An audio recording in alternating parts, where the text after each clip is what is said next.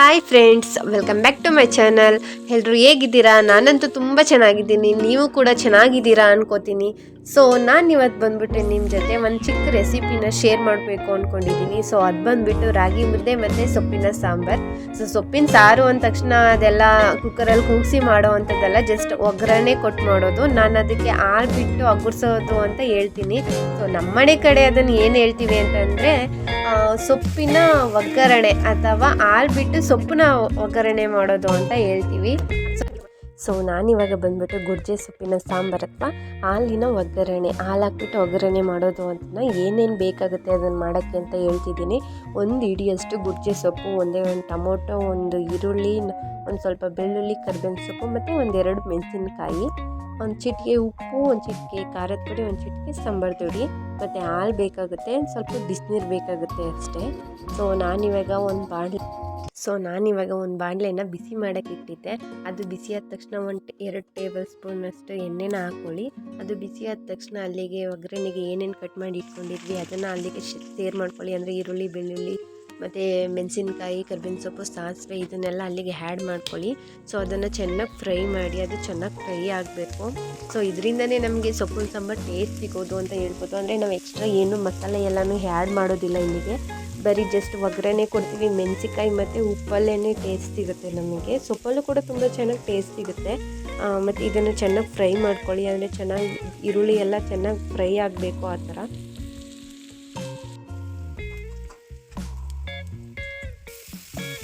ಈರುಳ್ಳಿ ಎಲ್ಲ ತುಂಬ ಸಾಫ್ಟಾಗಿ ಬೆಂದಿತ್ತು. ನಾನು ಅಲ್ಲಿಗೆ ಕಟ್ ಮಾಡಿ ಇಟ್ಕೊಂಡಿದ್ದೆ ಒಂದು ಟೊಮೊಟೊನ ಸೇರಿಸ್ಕೊಂಡೆ.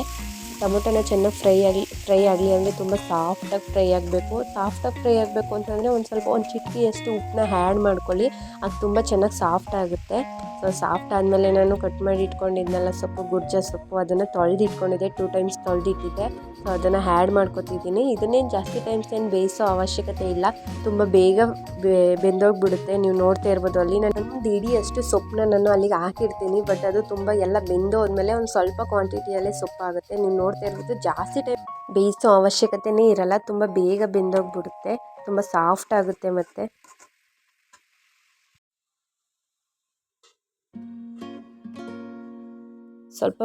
ಸೊಪ್ಪೆಲ್ಲ ಸ್ವಲ್ಪ ಮಿಕ್ಸ್ ಆಗಲಿ, ಚೆನ್ನಾಗಿ ಫ್ರೈ ಆಗಲಿ ಅಂತ ಒಂದು ಸ್ವಲ್ಪ ಹೊತ್ತು ಮುಚ್ಚಿಟ್ಟಿದ್ದೆ. ಇವಾಗ ನೋಡ್ತಾ ಇರ್ಬೋದು ಎಷ್ಟು ಚೆನ್ನಾಗಿ ಬೆಂದಿದೆ ಅಂತ.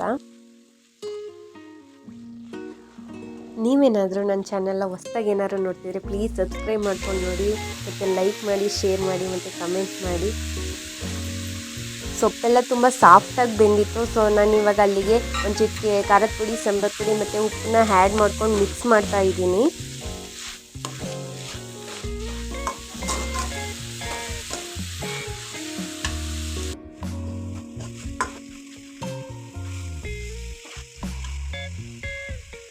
ಅದೆಲ್ಲ ಮಿಕ್ಸ್ ಆದಮೇಲೆ ನಾನು ಇವಾಗ ಹಾಲನ್ನ ಆ್ಯಡ್ ಮಾಡ್ಕೊತಿದ್ದೀನಿ.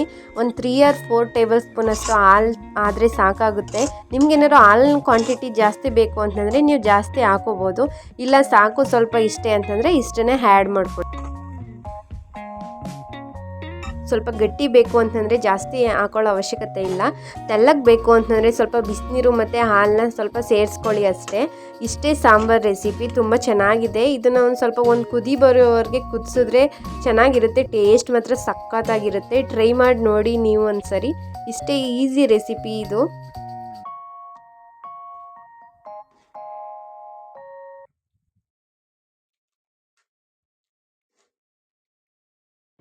ನಾನಿವಾಗ ಮುದ್ದೆ ಮಾಡೋಕ್ಕೆ ಬಿಸಿ ನೀರನ್ನ ಕಾಯಕ್ಕೆ ಇಟ್ಟಿದ್ದೀನಿ. ಸೊ ಇನ್ನೊಂದು ಬಟ್ಲಿಗೆ ಒಂದೆರಡು ಟೇಬಲ್ ಸ್ಪೂನಷ್ಟು ರಾಗಿ ಹಸಿಟ್ಟನ್ನ ಹಾಕ್ಕೊಂಡು ಸ್ವಲ್ಪ ನೀರು ಹಾಕೊಂಡು ಮಿಕ್ಸ್ ಮಾಡ್ಕೊತಿದ್ದೀನಿ. ಅದೇನಕ್ಕೆ ಅಂದರೆ ನೀರು ಕುದಿ ಬಂದ ತಕ್ಷಣ ಅದನ್ನು ಮಿಕ್ಸ್ ಮಾಡಿದಾಗ ರಾಗಿ ಮುದ್ದೆ ಗಂಟು ಬರಲ್ಲ ಅಂತ ಅಷ್ಟೇ. ಬೇಕು ಅಂದರೆ ಆ್ಯಡ್ ಮಾಡ್ಕೊಳ್ಳಿ, ಇಲ್ಲಾಂದರೆ ಡೈರೆಕ್ಟ್ ಕುದಿಯೋ ನೀರಿಗೆ ಹಾಕಿದ್ರೂ ನಡೆಯುತ್ತೆ. ನಿಮ್ಮ ಇಷ್ಟ, ನಿಮ್ಮ ಚಾಯ್ಸ್ ಯಾವ ಥರ ಇರುತ್ತೆ ಆ ಥರ ಮಾಡ್ಕೊಳ್ಳಿ.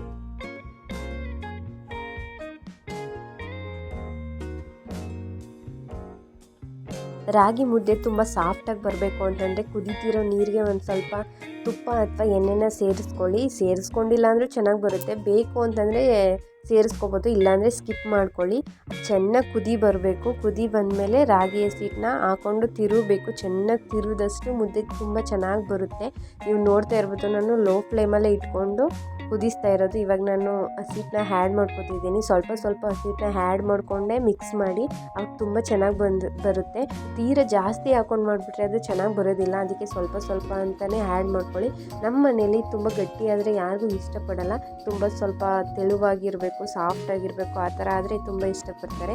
ನಾನು ಅದೇ ಥರ ಮಾಡೋದು. ಅದಕ್ಕೆ ಸ್ವಲ್ಪ ಆ್ಯಡ್ ಮಾಡಿಕೊಂಡು ತಿರುಗ್ಕೊಳ್ಳಿ, ಚೆನ್ನಾಗಿ ಬರುತ್ತೆ.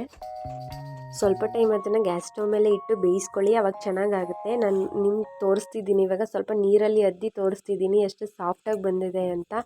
ಸೊ ಇಷ್ಟೇ recipe. Thanks for watching my video.